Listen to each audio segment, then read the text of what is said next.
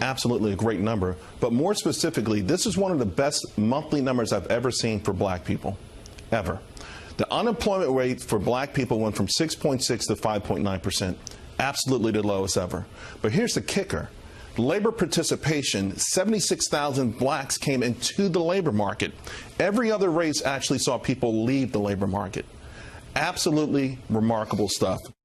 Yes, historic numbers coming in yesterday. Here to react, we're going to bring in Candace Owens, Director of Communications at Turning Point USA. You continue to hit the trail at these campuses to amazing crowds, which I see online. Well done. What do you make of these numbers, historically low unemployment overall, but also for blacks? It's wonderful, wonderful news. It cannot be overstated what this president has done for the black community, the hope that he is inspiring, the economic growth that he has inspired within this country. I heard Antoine say in the last segment, "Thank you, Obama," that's just a delusional comment. Either he doesn't understand economic policy or he doesn't want to. But this is directly correlated to the work that he has done to shrink government and to slash regulations. And I'm just so proud. And it's a great time to be a black American, I'll tell you that much. What more needs to be done?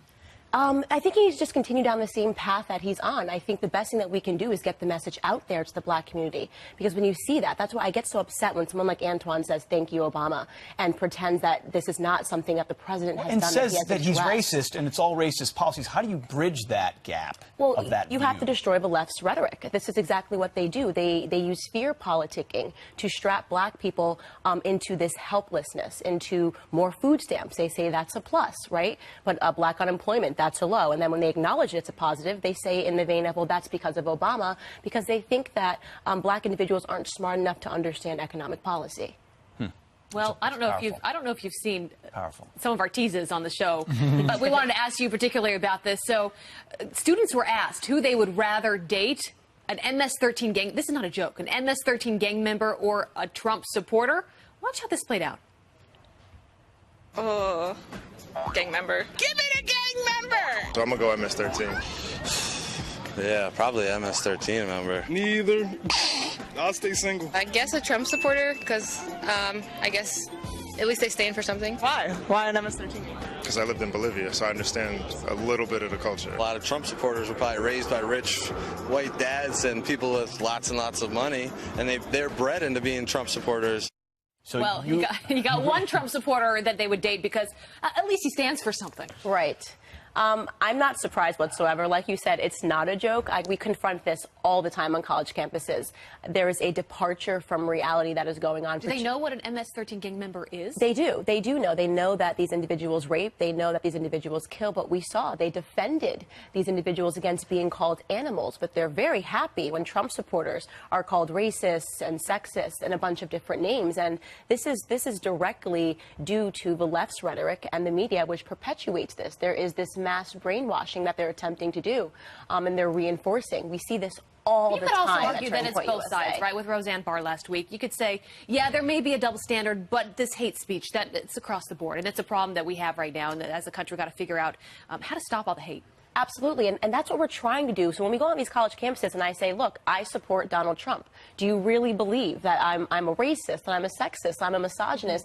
And I just tell my story. We're trying to normalize the conversation and say, you don't have to support Donald Trump, but can you just be a little more realistic in terms of the people that do? So you're a Trump supporter. Can we confirm, based on that last segment, were you raised by a rich white man? I was not raised by a rich white man. Okay, I just want to check, because that's... And Chris Matthews says you have to play golf, read the Wall Street Journal. I've never played golf. Sports. I do read the Wall Street Journal, so he's got something there. There might be something there if we want to continue down that path. Totally wrong. Right. All right. Thanks, Candace. Thank you. Thank you, guys. Bring in Dana Lash, nationally syndicated radio talk show host. Dana, good morning. Thanks very much for being here. So yesterday, there was a summit with a Kim. It just wasn't Kim Jong-un. It was Kim Kardashian. She was at the White House. Here's what the president tweeted about their meeting. He said, great meeting with Kim Kardashian today. Talked about prison reform and sentencing. But the media took a sideways view of it, Dana. We're going to play two clips. Jim Acosta of CNN likes being on TV. This is what he said about Kim Kardashian's visit at the White House. Listen. Forget about the fact that Kim Kardashian is here at the White House today and what planet that is anything resembling normal, because it's not. She shouldn't be here talking about prison reform. It's very nice that she is here, but that's not a serious thing to have happened here at the White House. She Shouldn't be there. He was singing a different tune in 2015, and thanks to the magic of videotape. This is Jim Acosta talking about John Legend when Obama was president. I'm going to push the president to get more involved in criminal justice reform. I'm going to suggest some ideas that we think could help improve the situation. If you change your mind about running for office, give CNN the scoop. I will. I will. A little bit of different tune there, Dana. Yeah, it's a hugely different tune, bigly, because this is Jim Acosta. Jim Acosta's a partisan. He doesn't hide the fact that he's a partisan. I just wish that people would stop unnecessarily hammering the administration, even on things they know they agree on or things that they know aren't that big of a deal, but they do it anyway because it's Trump. And this idea, well, she shouldn't be there. I can't believe he actually said those words. Every single person in the United States, be they a famous person or not, has the right, and they have, if they can meet with the president. They can go to Washington, D.C. That's what makes the United States different from Britain, is because we don't have like a special nobility class here. You don't have to be a special person to engage in policy discussion, whether you're John Legend or Kim Kardashian. But it's so fascinating how much they gave, how big of a pass they gave to the previous administration just because it was Barack Obama and Democrats as opposed to Trump and Republicans. I mean, we have a list of all these celebrities that have come to the White House in the past. It was celebrity heaven. No one had a problem with Leo DiCaprio, Tiger Woods, Beyonce, who's married to Jay-Z, who's texts with the president on a daily basis. In the White House.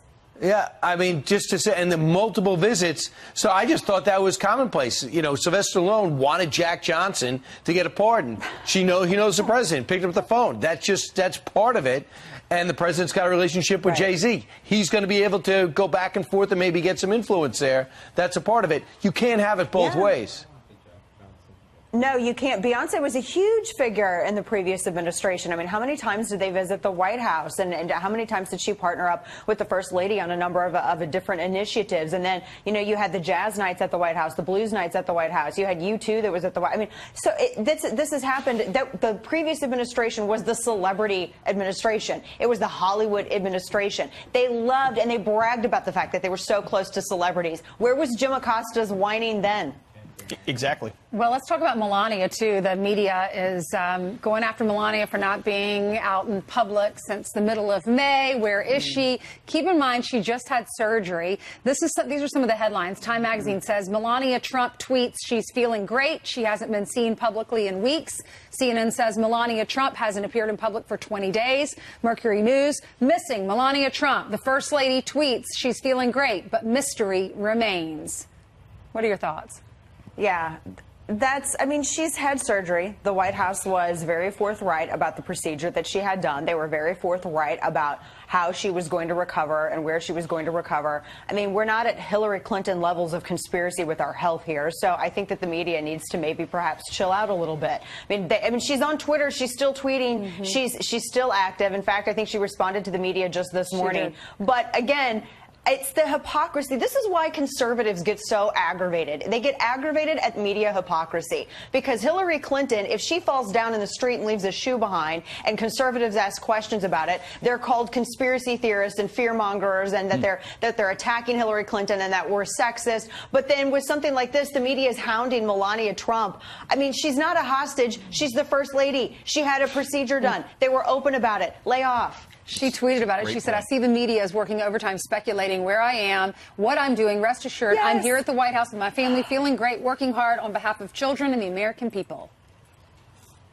Yes, exactly. And here's legacy media that's once again trying to find a conspiracy where there is none. If they only were this attentive during the previous administrations, I would have loved to have seen media work this hard then. Yeah. Well, and even if she didn't want to come out, is it anyone's business what she's doing? I mean, she's not the president. Well, she's not. I mean, you're absolutely right, Ainsley. She's not. But even then, they've been entirely forthright about it. They've said exactly what it is that she had done and how she was going to recover. And I mean, it's amazing that the media is so obsessed with this. Are they going to send Bob Mueller after Melania Trump? Is that what's going to happen next? Is Bob Mueller going to add this to his witch hunt list? They might as well toss it in. Yeah. To the probe. Hey, Dana Lash, thanks so much. I mean, at this point, right? Everything's fair game. Yeah, true. Thank you.